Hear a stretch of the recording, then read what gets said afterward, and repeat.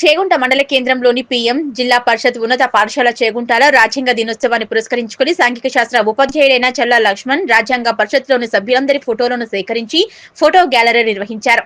ఈ కార్యక్రమానికి ముఖ్య అతిథిగా మెదక్ జిల్లా విద్యాధికారి కె విజయ ప్రారంభించారు. ఈ సందర్భంగా వారు మాట్లాడుతూ మన రాజ్యాంగం రచించినటువంటి సభ్యులందరి ఫోటోలు సేకరించి ఫోటో గ్యాలరీ ఏర్పాటు చేయడం అభినందనీయమని, ఇటువంటి కార్యక్రమాలు నిర్వహించడం ద్వారా విద్యార్థుల్లో రాజ్యాంగం పట్ల అవగాహన కలుగుతుందని, రాజ్యాంగం ఆదర్శాలను పాటించాలని, హక్కులతో పాటు విధులను కూడా నిర్వహించాలన్నారు. ఈ కార్యక్రమంలో విద్యాశాఖ ఏఎంఓ సుదర్శనమూర్తి, మండల విద్యాధికారి నీరజ, ఇన్ఛార్జ్ ప్రధాన ఉపాధ్యాయులు రాజేశ్వర్, రఘుపతి, సుధాకర్ రెడ్డి, రాధా, సరస్వతి, రమాదేవి, శారద, రేఖ, రావుల వెంకటేష్, మనోహర్ రావు, సురేందర్, శ్రీవాణి, ఉమామహేశ్వరి, హిమవర్ష, సిఆర్పి రమేష్, సత్యనారాయణ, ఇతర పాఠశాలల ఉపాధ్యాయులు విద్యార్థులు పాల్గొన్నారు. మన రాజ్యాంగం రచించడానికి ఎంతమంది మహనీయులు కృషి చేశారు, వాళ్ళందరూ కూడా ఒక్కసారి మనం ఈరోజు స్మరించుకోవడం కోసం మీకు ఫోటో ఎగ్జిబిషన్ కూడా ఏర్పాటు చేయడం జరిగింది. జాగ్రత్తగా మీరు అవన్నీ కూడా పరిశీలించి వాళ్ళ గురించి తెలుసుకోవాలి. తర్వాత రాజ్యాంగం మనకు కల్పించినటువంటి హక్కులు కావచ్చు, బాధ్యతలు కావచ్చు, రాజ్యాంగంలో ఉన్నటువంటి ఆదేశ సూత్రాలు ఇవన్నీ కూడా మీరు చదువుకొని ఉన్నారు. అయితే ప్రభుత్వానికి రాజ్యాంగం అనేది గుండె లాంటిది. ఎందుకంటే ప్రభుత్వం ఏ విధంగా ఏర్పడాలి, మన ప్రజాప్రతినిధులను ఏ విధంగా ఎన్నికల ప్రక్రియ ద్వారా ఎన్నుకుంటాము, తర్వాత మన ప్రభుత్వానికి నడిపించాలంటే ఎటువంటి శాసనాలు, చట్టాలు మనం ఏర్పరచుకోవాలి, రాజ్యాంగ ప్రక్రియ అనేది ఏ విధంగా ఉంటుంది, ఇవన్నీ కూడా మీరు పుస్తకాల్లో చదువుకున్న దానికంటే ఇటువంటి కార్యక్రమాల ద్వారా మీకు చిరస్థాయిగా ఆ అంశాలు గుర్తుండిపోవడానికి మన పాఠశాల లోపల మన సాంఘిక శాస్త్ర ఉపాధ్యాయులు ఏర్పాటు చేయడం జరిగింది. మీ అందరి తరఫున చిన్నగా చూడాలని కాదు, అదే చెప్తున్నా, పరిశీలించి చూడాలి, తదేకంగా చూడాలి. అర్థమవుతుందా? మంచిగా పరిశీలించి చూడాలి. బయట వారు చెప్పేటటువంటి విషయాన్ని ఏ విధంగా వినాలి? శ్రద్ధగా వినాలి. ఏనుగు చెవులు ఎట్లుంటాయి? పెద్దగా ఉంటాయి. అన్నీ మనం వినాలి. చేసేటటువంటి పని ఏ విధంగా చేయాలి? జాగ్రత్తగా ఆలోచించి పరిశీలించి చేయాలి అనేటటువంటి దాని యొక్క సింబల్. సరే, ఇక్కడ రాజ్యాంగ పరిరక్షణ దినోత్సవం అని చెప్పి జరుపుకుంటాం. రాజ్యాంగ దినోత్సవము ఇంతకుముందు లక్ష్మణ్ సార్ చెప్పినట్టు 2 సంవత్సరాల 11 నెలల 18 రోజులు పట్టింది రాజ్యాంగం రాయడానికి. బ్రిటిష్ వారి పరిపాలన ఉన్నది కాబట్టి అంతకుముందు ఉన్నటువంటి వాళ్ళంతా ఏం చేశారంటే వివిధ దేశాలను సందర్శించి మనకు ఏది అవసరం ఉందో రాజ్యాంగం లోపల, ఒక్కో దేశానికి ఒక్కో రాజ్యాంగం ఉంది, కానీ అన్నీ మనకు పనిచేస్తాయా? అవి బయట వాళ్ళు చేసేటటువంటి పనులన్నీ కూడా మనకు పనిచేస్తాయా? అందులో కూడా కొన్ని మనకు అవసరం ఉంటాయి. అందులో ఒకటి ఏం చేయాలి? ఎదుటిని మనము స్వీకరించి మనం అమల్లోకి చేయాలి. రాజ్యాంగం రచించేటప్పుడు కూడా ఈ 290 చిల్లర సభ్యులు ఏం చేశారంటే వేరే దేశంలో ఒకటి ఏ విధంగా ఉంది, అది మన దేశానికి ఎంతవరకు పనిచేస్తుంది అనేటటువంటి దాన్ని పరిశీలించి దానిలో కూడా రాయడం అనేటటువంటి జరిగింది. 13 కమిటీలు వేశారు. అందులో కూడా ముసాయిదా కమిటీకి చైర్మన్గా ఎవరున్నారు? ఉన్నాడు. కాబట్టి దాన్ని ఎవరు రచించారంటున్నారు? రాజ్యాంగాన్ని ఎవరు రచించారంటే ఏం చెప్తున్నారు? అంబేద్కర్ రచించారని చెప్తున్నారు. కానీ అది రచించినటువంటిది ఎవరు? అందరూ కలిసి రచించినట్టయితే దాని కంక్లూజన్ తీసుకొచ్చినటువంటి వారు ఎవరంటే ఎవరు?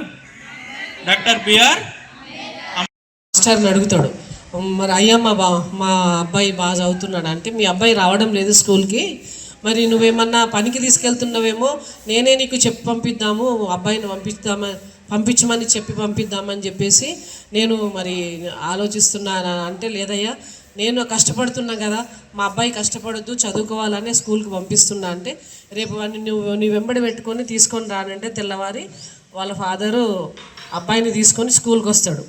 వచ్చిన తర్వాత మరి కొంచెం జాగ్రత్తలు చెప్తాడు. ఆ మాస్టర్కి నువ్వు రెగ్యులర్గా రావాలి రాని స్కూల్కి మాస్టర్కి అప్పచెప్పి వెళ్ళిపోతాడు. ఒక 2-3 డేస్ వచ్చి మళ్ళీ డుమ్మా కొడతాడు. మళ్ళీ డుమ్మా కొడితే అప్పుడు మళ్ళీ వాళ్ళ నాన్నకు మరి ఇన్ఫర్మేషన్ పాస్ చేస్తే మీ అబ్బాయి వస్తలేడు అని చెప్పితే మళ్ళీ తీసుకొని వస్తాడు. అయ్యా నువ్వు కొట్టు, వాడిని భయంలో పెట్టు, కానీ నా కొడుకు చదువుకోవాలి జాగ్రత్తగా, ఎందుకంటే వాడు సరిగ్గా వస్తలేడు కాబట్టి వాడు జాగ్రత్తగా చదివేలాగా మీరే బాధ్యత తీసుకోండి అని చెప్పేసి సార్కి అప్పచెప్తాడు. సార్కి అప్పచెప్తే మరి సరే అని కొట్టు, నువ్వు పనిష్మెంట్ ఇయ్యి, కానీ మా వాడు చదువుకోవాలని అంటాడు. మీరు ఇప్పుడు కొడితే ఊరుకుంటారా? ఎవరైనా కొడితే ఎవరు ఊరుకోరు, కానీ కొంచెం అంటే ఇప్పుడు టీచర్లే భయపడుతున్నారు మిమ్మల్ని ఒక్క దెబ్బేయాలంటే. ఎందుకు అని అంటే మళ్ళీ అంటే ఇష్యూ అవుతుంది, పిల్లలను కొడితే అనవసరంగా అనుకుని అప్పుడు భయం ఉండదు. మేము చదువుకునేప్పుడు లేట్ వస్తే కళ్ళు మూసుకునే వాళ్ళం, లేట్ వస్తే చెయ్యి చాపి కళ్ళు మూసుకునే వాళ్ళం, అంటే కొట్టడానికి చెయ్యి ఇచ్చి, అయితే ఈటైనా కొట్టేవాళ్ళం, అంటే అంత భయపడేవాళ్ళం. లేకపోతే నీల్ డౌన్ చేసేవాళ్ళం మోకాళ్ళు ఎండలో. గోడ కుర్చీ కోదండం తెలుసా? కోదండం అంటే వరకు ఇక్కడ ఉన్న వాళ్ళకి తెలుసు అనుకుంటా. అక్కడ లేట్ వచ్చిన పనిష్మెంట్ ఉండేదన్నమాట. మీకు ఇప్పుడు అలాంటి ఏవి లేవు కాబట్టి కొంచెం చదువు తగ్గింది, భయం అనేది లేదు కాబట్టి అందరూ, ఎందుకంటే మీకు మంచి మోటివేషన్గా ఉంటుందని చెప్తున్నాను. ఆ విధంగా ఎప్పుడు కానీ గద్దిస్తేనే కొంచెం రాజ్యాంగానికి కూడా ఒక టైం టేబుల్ అవసరం. అందుకే మనకి ఇంతకుముందు మనవరు సార్ చదివించిండు. ఇది మనమే ఆమోదించుకున్నాం, మనమే రెడీ చేసుకున్నాం, మనమే ఆమోదించుకున్నాం. బిఫోర్ 1947 ఆగస్టు 15 కంటే ముందు మనము ఇంగ్లాండ్ ప్రభుత్వం ఆమోదించే, మనకు ప్రాతినిధ్యం లేని ఇంగ్లాండ్ ప్రభుత్వం ఆమోదించే చట్టాలకు అనుకూలంగా భారతదేశంలో పరిపాలన కొనసాగేది. మన భారతదేశానికి రాజ్యాంగం రాయడానికి 2 సంవత్సరాల 11 రోజుల 18 రోజుల సమయం పట్టింది. 299 మంది సభ్యులు పాల్గొన్నారు. అంటే రాజ్యాంగ సభ పరిషత్ సభ్యులు ఉన్నారు, కొంతమంది కమిటీలో ఉన్నారు, కొంతమంది కమిటీలో లేరు.